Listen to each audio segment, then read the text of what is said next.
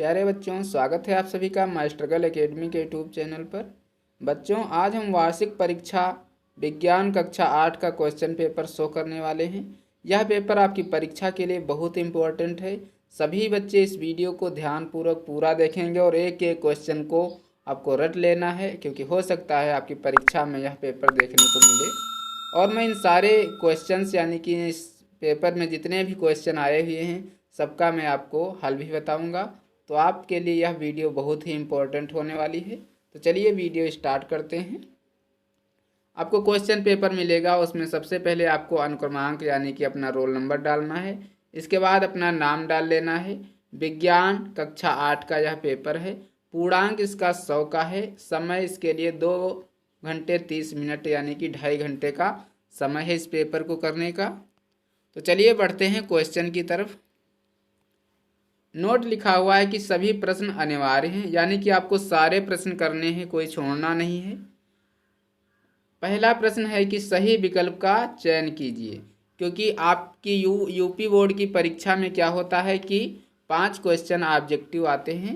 उसमें क्या होता है कि आपको जो विकल्प सही होता है सिर्फ आपको वही अपनी उत्तर पुस्तिका में लिखना होता है।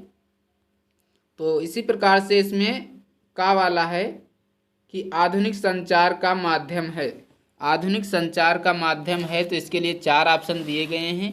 जो ऑप्शन सही है आपको वही अपनी उत्तर पुस्तिका में लिखना है। तो चलिए देखते हैं कौन सा सही है।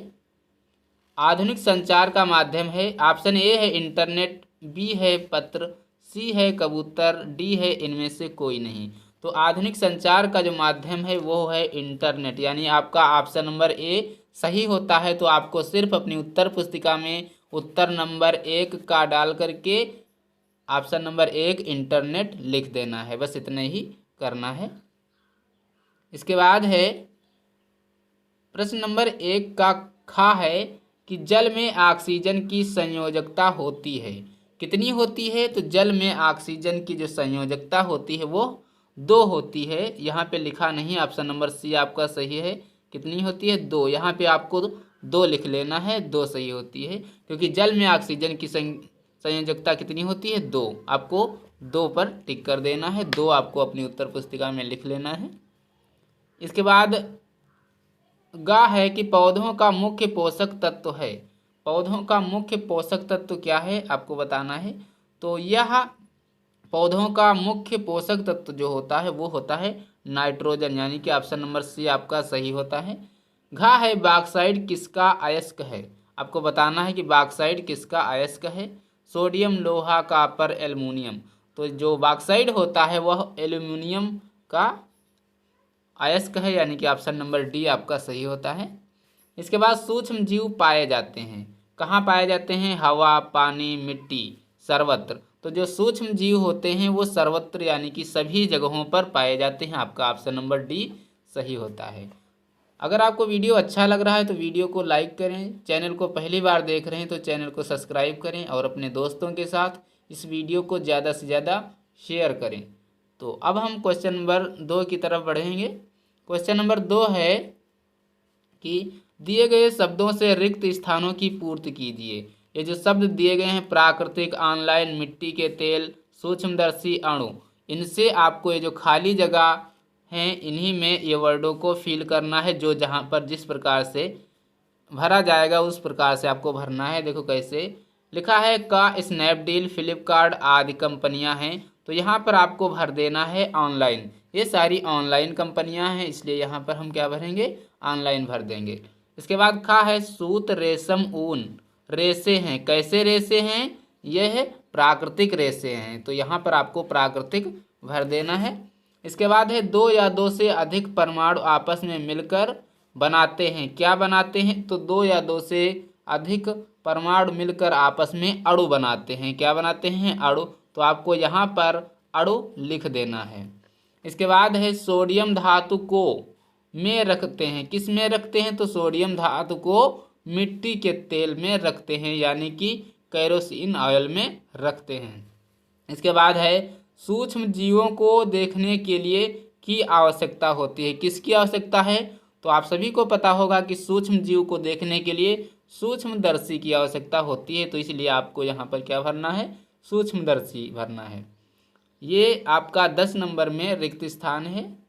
अब 15 नंबर में है कि किन्हीं 5 खंडों के उत्तर संक्षेप में लिखना है। संक्षेप का मतलब होता है आपको थोड़ा सा एक लाइन में ही या एक शब्द में ही उत्तर देना होता है। तो पहला है, तीसरे का कहा है कि 20वीं सदी से सर्वाधिक सफल ऊर्जा के स्रोत क्या थे। यानी कि 20वीं सदी में सर्वाधिक सफल ऊर्जा के स्रोत क्या थे। तो जो 20वीं सदी थी उसमें जल ऊर्जा, पवन ऊर्जा और सौर ऊर्जा, ये सब क्या थे, सर्वाधिक सफल ऊर्जा के स्रोत थे। तो आपको अपनी उत्तर पुस्तिका में यही लिख देना है। खा है, मृत्तिका क्या है। मृत्तिका क्या है, तो मृत्तिका उच्च ताप पर पके हुए मिट्टी के बर्तन को मृत्तिका कहते हैं। यानी कि जो उच्च ताप पर पकती है मिट्टी, उसे उसके जो बर्तन बनाए जाते हैं उसे मृत्तिका कहते हैं। गा है कि धूप में बाहर निकलने पर धूप के चश्मे का प्रयोग क्यों करते हैं। इसका आंसर आपको बताना है। तो जब हम धूप में बाहर निकलते हैं तो इसलिए चश्मे का प्रयोग करते हैं कि सूर्य की पराबैंगनी किरणों से बचा जा सके। यानी कि सूर्य की पराबैंगनी किरणों के बचाव के लिए हम क्या करते हैं, धूप के चश्मों का प्रयोग करते हैं। घा है, किसी परमाणु में पाए जाने वाले कणों के नाम लिखिए। तो जो परमाणु में कण पाए जाते हैं वो होते हैं इलेक्ट्रॉन, न्यूट्रॉन, प्रोटॉन। ये कण पाए जाते हैं किसी भी परमाणु में।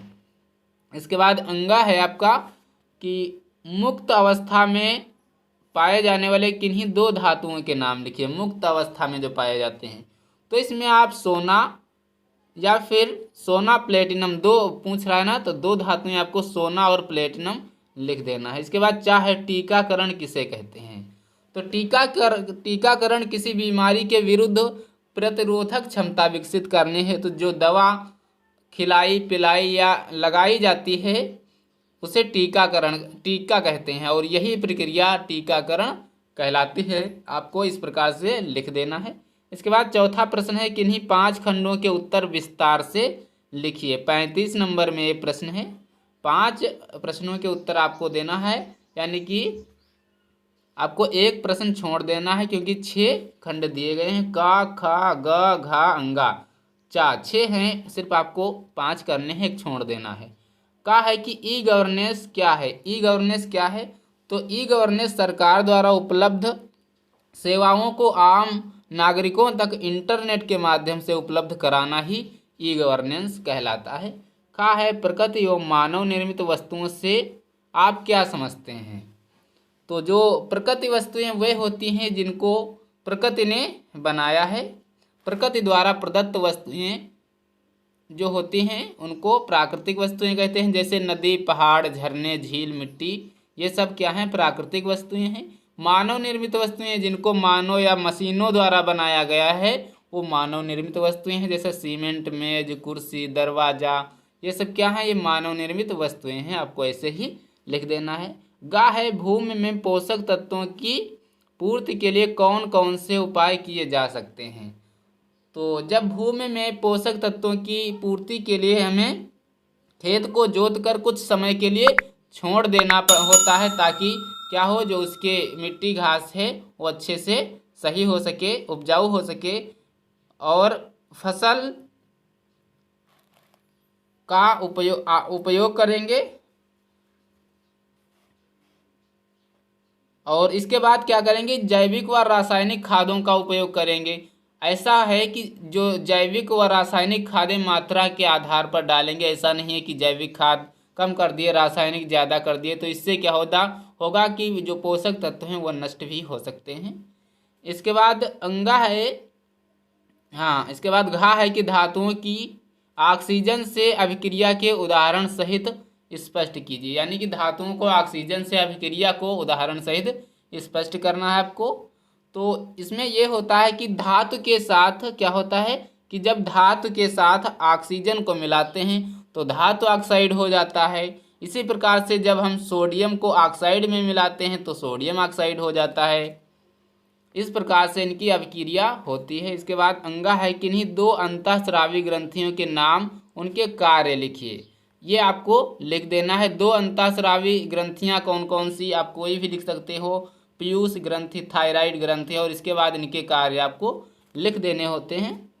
इसके बाद क्या है, द्विलिंगी किसे कहते हैं, उदाहरण सहित समझाइए। द्विलिंगी किसे कहते हैं, तो द्विलिंगी जिसमें नर मादा एक ही जंतु में पाया जाए, यानी कि नर और मादा दोनों एक ही जंतु में पाया जाए तो वो क्या होता है, द्विलिंगी जंतु कहलाता है। जैसे केचुआ और जोंक, इनमें क्या होता है, ये द्विलिंगी जंतु हैं। इसके बाद 5वां है, किन्हीं तीन खंडों के उत्तर विस्तार से लिखिए। 30 नंबर में प्रश्न है, 3 करने हैं, यानी कि 10 नंबर का एक प्रश्न है। तो ये विस्तृत उत्तरीय प्रश्न है, इनको आपको अपने हिसाब से कर लेना है। जैसे का है, विनिर्माण से आप क्या समझते हैं, सविस्तार समझाइए। खा है, निम्नलिखित की परिभाषा लिखिए, परमाणु संख्या, द्रव्यमान संख्या, संयोजकता। गा है, धातु के संरक्षण की रोकथाम के लिए अपनाई जाने वाली विभिन्न विधियों का वर्णन कीजिए। इसके बाद घा है कि सूक्ष्म जीवों से होने वाली बीमारियों तथा उनके बचाव के तरीके बताइए। अंगा है, निम्नलिखित से के सही जोड़े बनाइए। इनको आपको जोड़ा बना देना है, जैसे मिलाना, इसको मैचिंग बोलते हैं। भ्रूण को मिलाना है आपको गर्भाशय में। केचुआ क्या है, केचुआ आपका द्विलिंगी है तो आपको इसमें द्विलिंगी में मिला देना है। मलेरिया क्या है, ये प्रोटोजोआ है, तो जहाँ भी प्रोटोजोआ है वहाँ पर आपको मिला लेना है। कार्बन क्या है, सभी को पता है, ये तत्व है, तत्व में मिला देंगे। रक्षा एवं प्रतिरक्षा, ये क्या है, ये DRDO है, तो आपको DRDO में ऐसे इस प्रकार से आपको मिला लेना है। तो इस प्रकार से आप अपना विज्ञान का पेपर करेंगे। आशा करता हूँ आपको वीडियो बहुत अच्छा लगा होगा। अगर वीडियो अच्छा लगा है तो वीडियो को लाइक करें, चैनल को सब्सक्राइब करें और अपने दोस्तों के साथ वीडियो को शेयर करें। और किसी अन्य सब्जेक्ट का अगर आप क्वेश्चन पेपर प्राप्त करना चाहते हैं तो आप हमें कमेंट बॉक्स में कमेंट के माध्यम से उस क्वेश्चन पेपर को प्राप्त कर सकते हैं। तो मिलते हैं अगले वीडियो में, तब तक के लिए जय हिंद, नमस्कार।